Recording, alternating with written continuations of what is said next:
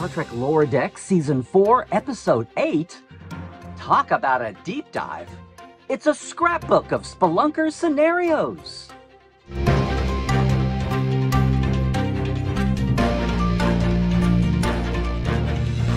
Hey, it is Dr. Trek, Larry Nemecek, coming at you here from the heart of Trekland and letting the dust settle just a bit on all the Trek headlines, all the recent episodes, so that, hey, instead of a hot take or a quick take, you get a second opinion from Dr. Trek.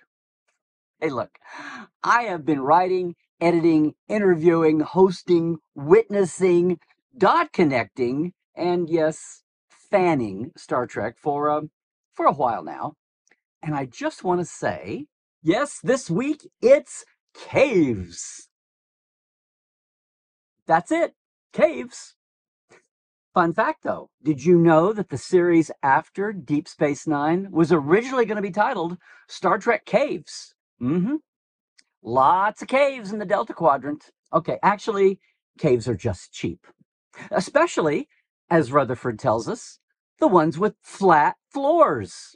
No, seriously, that is why this simple little episode might be the most, I know I said this every week, but this might be the most meta Lower Decks ever. Feels like I've been in this cave 100 times. Caves all do look the same. Yeah.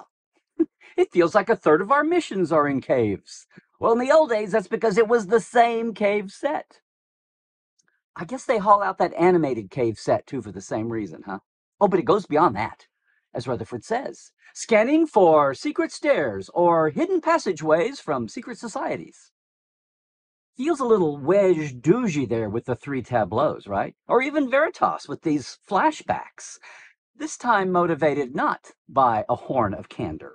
Our kudos this week go to, well, Mr. Ben Rogers, who has been climbing the ladder every season from story editor to executive story editor to co-producer and now supervising producer. He's also the voice of Steve Stevens, but most importantly, he wrote both Crisis Points and Magato Gamato. So, yeah, it fits. Director this week is Megan Lloyd. Again, she was a storyboard artist for season 2 and 3, got bumped up to director. This is her 3rd directing credit for the series, for the season. Well, hard act to follow here. She did I Have No Bones, Yet I Must Flee. Whoopsie! And also Empathological Fallacies. Good stuff, Megan. Big things, little things. Oh my God, another layer of meta here. Did you notice? We have the old school echo, echo, echo for the flashback crossfades. It's everything but the shimmer.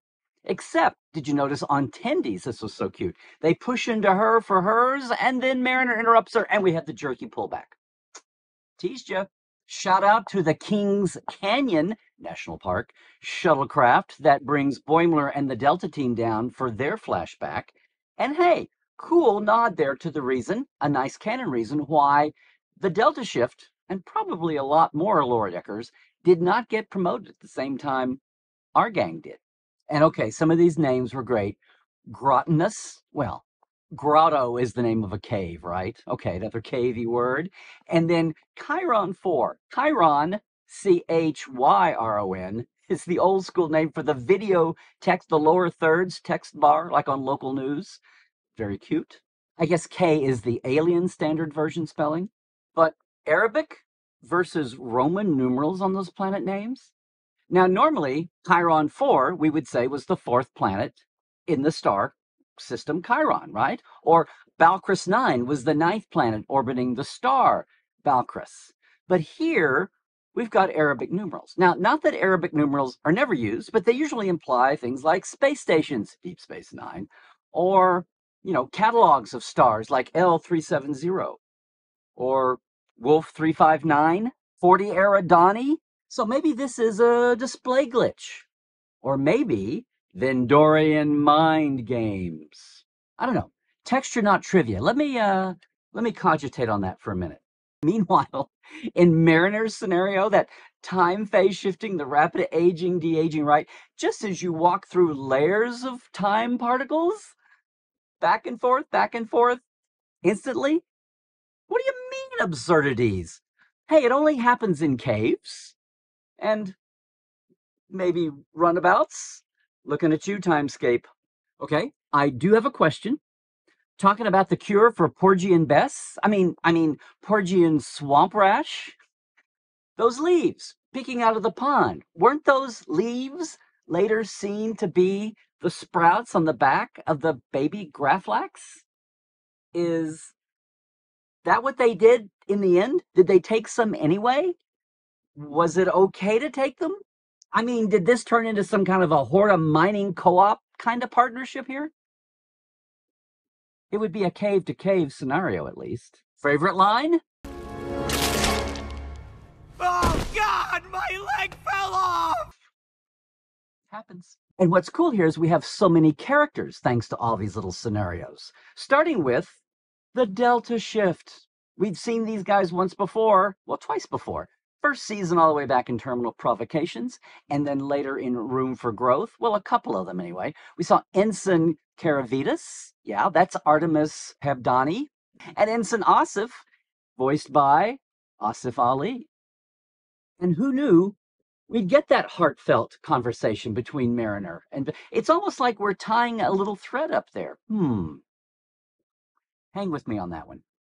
And then thanks to Boimler's scenario, we get to see, yep, good old Ensign Levy. This is his fourth time to be seen. Good old Steve, it's his third time to be heard. Wolf 359 was an inside job? No. Voiced again by Fred Tessier.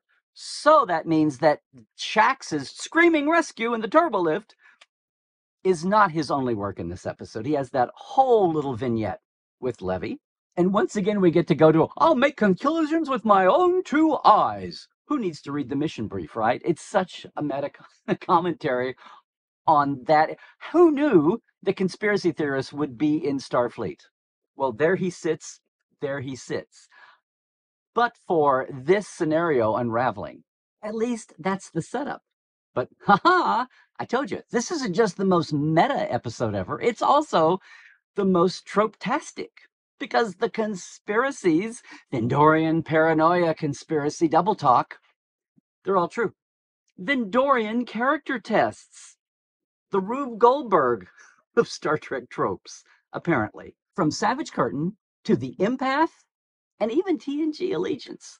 The morality gambit by aliens. It's a TOS trope too. But we're privy to a little bit of truth here now. So, for all of those wondering, the Klingon Civil War was not Vendorian manipulated. Although, if you notice here, Vendorians all have distinct forehead patterns, just like Klingons. By the way, I love that the apparent Vendorian leader with the feminine voice has a head that spikes up like a queen's crown, like a queen's chess piece. And at this point, I'm just going to bet that's the voice of Dawn Lewis. Now, Mariner, yes, Mariner starts everything off by throwing a tantrum. She throws her weight around all through this one. But really, and especially with Boimler too, are they growing up? Are they the responsible ones? Do they get to be the straight man in this comedy? Or at least the responsible ones? I mean, really? Is it their promotion year? And in her case, life examination? Is it really making them start to look a little mature? And oh my God, for the first time in the entire series, what did we have here? A Rutherford Ta'ana moment? A pairing up? Is it really, I don't know, Ta'anaford? No, let's not go there. Now look, cave babies are fun to think about, but let's be clear, okay? The Janeway Paris offspring, that was in a swamp, not a cave, all right? However, there was the little repto-humanoid birdie thing that Paris and Neelix helped hatch in a cave in parturition, as well as Trip's wacky pregnancy in Unexpected, of course, but also not a cave. Meanwhile, if you've been following along at home, there's no hashtag Totherford moment in this one. Oh, well, though, did you notice? Did you notice when Rutherford blithely drops the news of the new baby? Tendi shrieks and has the best little flash of jealousy I've seen in the entire series. Now, there's one other bit of this episode that caught my ear. The writer, of course, as I said, was Ben Rogers. He's the one that gave us Magato Gumato. So is that why we heard Boimler's Crash Delta Shift away team say Pergium and not Pergium? As anyone who's a Horta fan of Devil in the Dark original series knows how it's pronounced? Is that why we heard them saying Chronotons? Are we setting up some kind of poke at mispronunciations? Because I know it's a century's difference between the Horta and this episode. And yes, sometimes people just get it wrong. Maybe this is even showing how the Delta Shifters really do never get out. They really do never talk to anybody. I mean, yeah, Ben gave us that whole 30-minute riff on mispronouncing Magato, Gumato, and all this. I don't know. Does this mean a mispronouncer sequel is coming back at us again? What's really sad is realizing just how little the Delta Shifters ever get to hear so many words pronounced, or even think to just ask the computer to pronounce it. But really, it's not quite maybe an all good things rehash or add on to the pilot setup, a bookend to what we got in Farpoint in that finale. But it was cute to see the scene we never saw after Mariner's infamous "I'll be your Chadish," right? This whole turbo lift scenario. Tendi finally gets to tell her story, and it was cute. It was kind of sweet. And after all this turmoil of this past season, which is already just about flown by, everyone splitting up in different directions, everyone taking on more leadership skills, watching relationships form or not form, the gang is all here, the original fearsome foursome here. And whether it's in Tendi's turbolift memory or we pull back and the giant talking cave moss, I know it's not really the talking moss. Even weirder than Archer and Trip and Vox Sola, right? Either way, it's like they all got to come home again. And yet, we pull back one more time and see, once again, that it's all a Vendorian manipulation.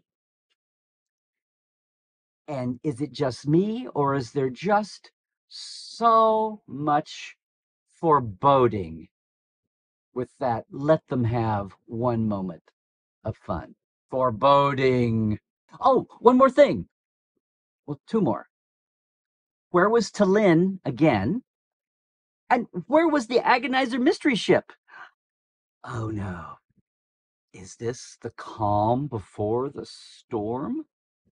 Ooh. Well, with that, I think I'm going to sign off on this second opinion. Well, what did you think? What did you think about what I thought? Right? Here's your chance. Please comment below.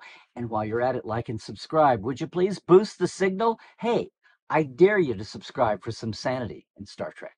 Most of all, if you appreciate Dr. Trek and our point of view here at Trekland, I invite you to go over and check out my podcast, The Trek Files from Roddenberry.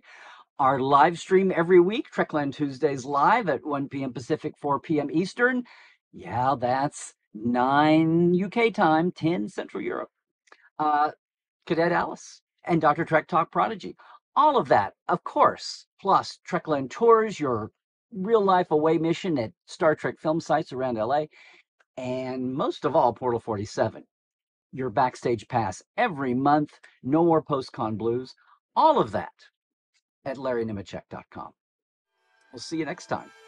And Trek well, everybody.